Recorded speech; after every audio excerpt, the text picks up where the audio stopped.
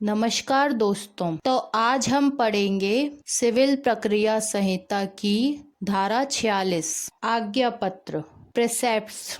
तो धारा 46 को पहले हम बेयर एक्ट में पढ़ेंगे। प्रत्येक पॉइंट को पहले हम बेयर एक्ट में पढ़ेंगे, उसके बाद इसे आसान भाषा में समझेंगे। तो धारा 46 को बेयर एक्ट में पढ़ने से पहले हम यह जान लेते हैं कि आज्ञा पत्र यानी प्रिसेप्ट्स का क्या मतलब होता है। आज्ञा पत्र का मतलब होता है परमिशन या अनुमति, और पत्र को इंग्लिश में लेटर कहा जाता है। तो आज्ञा पत्र का शाब्दिक अर्थ हुआ अनुमति पत्र या अनुमति दस्तावेज। आज्ञा पत्र एक न्यायालय के द्वारा दूसरे न्यायालय को दी गई अनुमति होती है, जो उस दूसरे न्यायालय को उसके क्षेत्राधिकार में स्थित कोई संपत्ति को कुर्क करने का आदेश देती है। तो अब हम धारा 46 को बेयर एक्ट में पढ़ते हैं, उसके बाद इसे आसान भाषा में समझेंगे।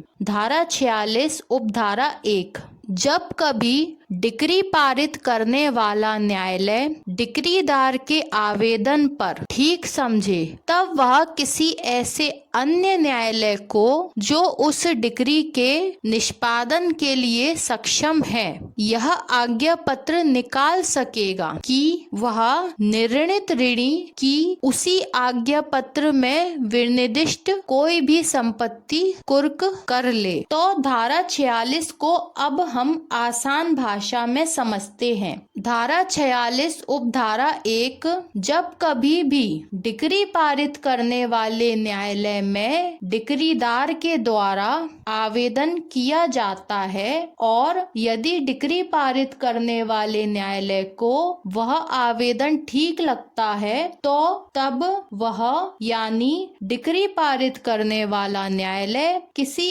ऐसे अन्य न्यायालय को जो उस डिक्री का निष्पादन करने के लिए सक्षम है, यह आज्ञा पत्र निकाल सकता है कि वह यानी वह निष्पादन न्यायालय निर्णित ऋणी मतलब वह व्यक्ति जिसके विरुद्ध डिक्री पारित की गई है, उस निर्णित ऋणी की उसी आज्ञा पत्र में विनिर्दिष्ट यानी बताई गई कोई भी संपत्ति कुर्क कर ले। अब हम धारा 46 की उपधारा 2 को बेयर एक्ट में पढ़ेंगे। धारा 46 उपधारा 2 बेयर एक्ट में लिखा है कि वह न्यायालय जिसे आज्ञा पत्र भेजा जाता है उस संपत्ति को ऐसी रीति से कुर्क करने के लिए कार्यवाही करेगा जो डिक्री के निष्पादन में संपत्ति की कुर्की के लिए विहित है। अब हम धारा 46 की उपधारा 2 को आसान भाषा में समझते हैं। धारा 46 उपधारा 2,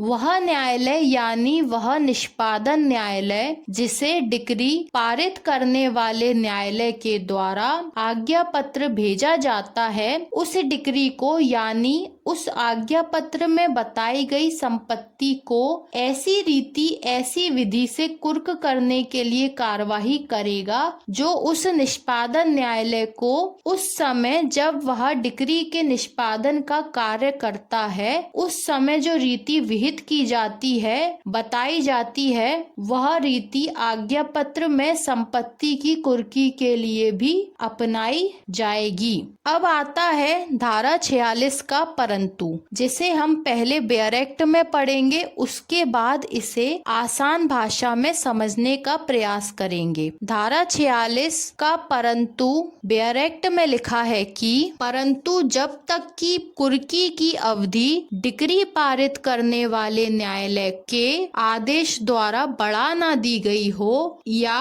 जब तक की कुर्की के अवसान के पूर्व डिक्री कुर्की करने वाले न्यायालय को अंतरित न कर दी गई हो और डिक्रीदार ने ऐसी संपत्ति के विक्रय के आदेश के लिए आवेदन न कर दिया हो, आज्ञा पत्र के अधीन कोई भी कुर्की 2 मास से अधिक चालू न रहेगी। तो अब हम धारा 46 के परंतु को आसान भाषा में समझते हैं। परंतु पहला, जब तक कि संपत्ति की कुर्की की समय अवधि टाइम पीरियड डिक्री पारित करने वाले न्यायालय के आदेश द्वारा बढ़ाई नहीं जाती है, या फिर दूसरा, जब तक कि संपत्ति की कुर्की की समय अवधि टाइम पीरियड के अवसान यानी खत्म होने के पूर्व पहले डिक्री पारित करने वाले न्यायालय के द्वारा निष्पादन के लिए निष्पादन न्यायालय को अंतरित न कर दी गई हो, और डिक्री होल्डर ने ऐसी संपत्ति के डिक्री में बताई गई संपत्ति के विक्रय करने के लिए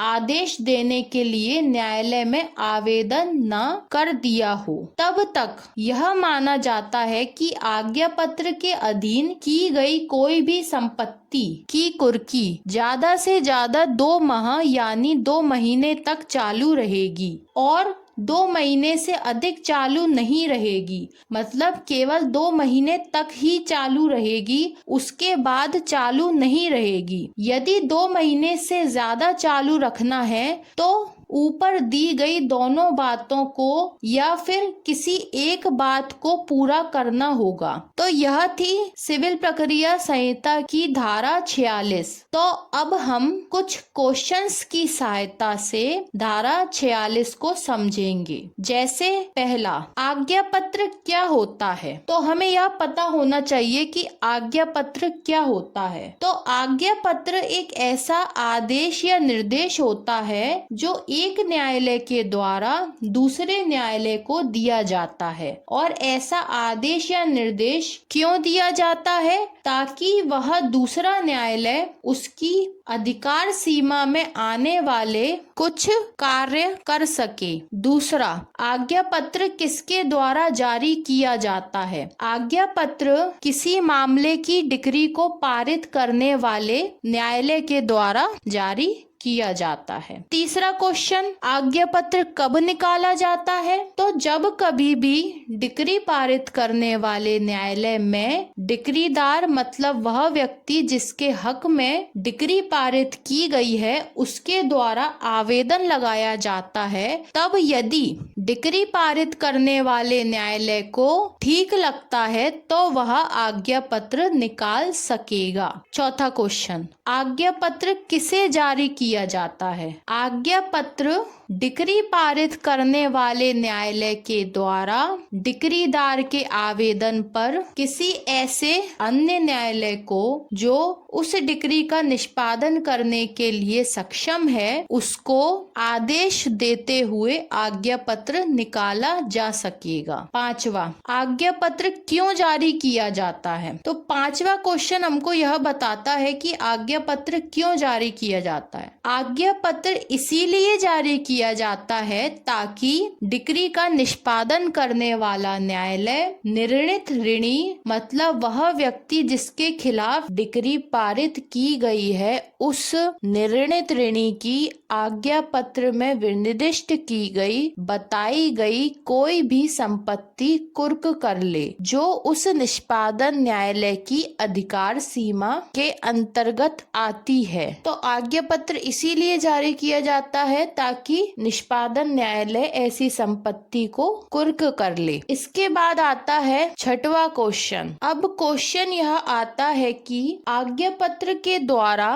पहले ही संपत्ति की कुर्की क्यों कर ली जाती है? तो इसका जवाब यह है कि आज्ञा पत्र के द्वारा पहले ही संपत्ति की कुर्की इसीलिए कर ली जाती है ताकि निर्णित ऋणी अपनी अचल संपत्ति को किसी अन्य न्यायालय के क्षेत्राधिकार में अंतरित न कर सके। अंतरित का मतलब होता है कि ट्रांसफर करना। एक स्थान की अचल संपत्ति को बेचकर किसी अन्य व्यक्ति को संपत्ति ट्रांसफर कर देना। तो इसका मतलब होता है कि ट्रांसफर करना, एक संपत्ति को किसी अन्य व्यक्ति को बेच देना। तो अब हम यह जानते हैं कि धारा 46 को लाने के पीछे का क्या उद्देश्य है। आज्ञा पत्र को जारी करने का एकमात्र उद्देश्य यह है कि निर्णित ऋणी के गलत इरादों को असफल किया जा सके। निर्णित ऋणी के गलत इरादे कैसे असफल किए जाते हैं, यह हमें बताती है धारा 46। डिक्री पारित करने वाला न्यायालय जब निर्णित ऋणी की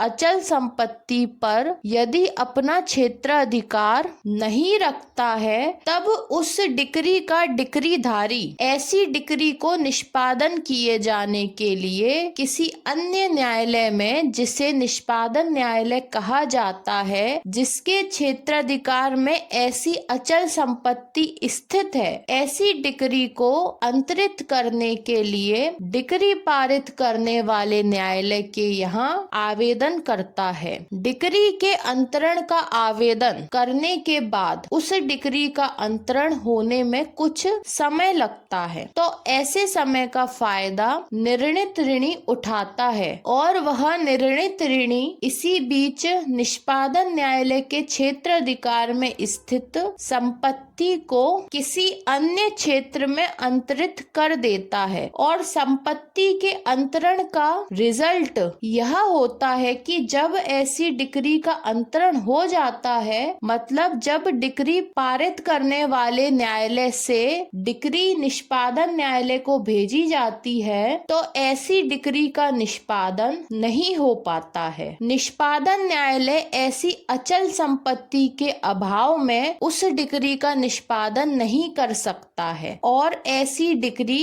अनिष्पादित ही रह जाती है। तो इस आज्ञा पत्र का उद्देश्य यह है कि जल्दी से जल्दी संपत्ति की कुर्की करने में निष्पादन न्यायालय को सहायता पहुंचाना, ताकि निर्णित ऋणी अपनी संपत्ति का डिक्रीदार के हितों को नुकसान पहुंचाकर अंतरण न कर सके। तो निर्णित ऋणी के ऐसे गलत कार्यों को रोकने के लिए ही धारा 46 में आज्ञा पत्र का प्रावधान किया गया है, जिसके अनुसार डिक्रीधारी क्या कर सकता है, तो अपनी डिक्री का निष्पादन करने के लिए अन्य न्यायालय को धारा 39 में डिक्री का अंतरण करने से पहले ही धारा 46 में डिक्री पारित करने वाले न्यायालय से उस न्यायालय में जिसमें डिक्री का अंतरण किया जाना है, ताकि डिक्री का निष्पादन किया जा सके, तो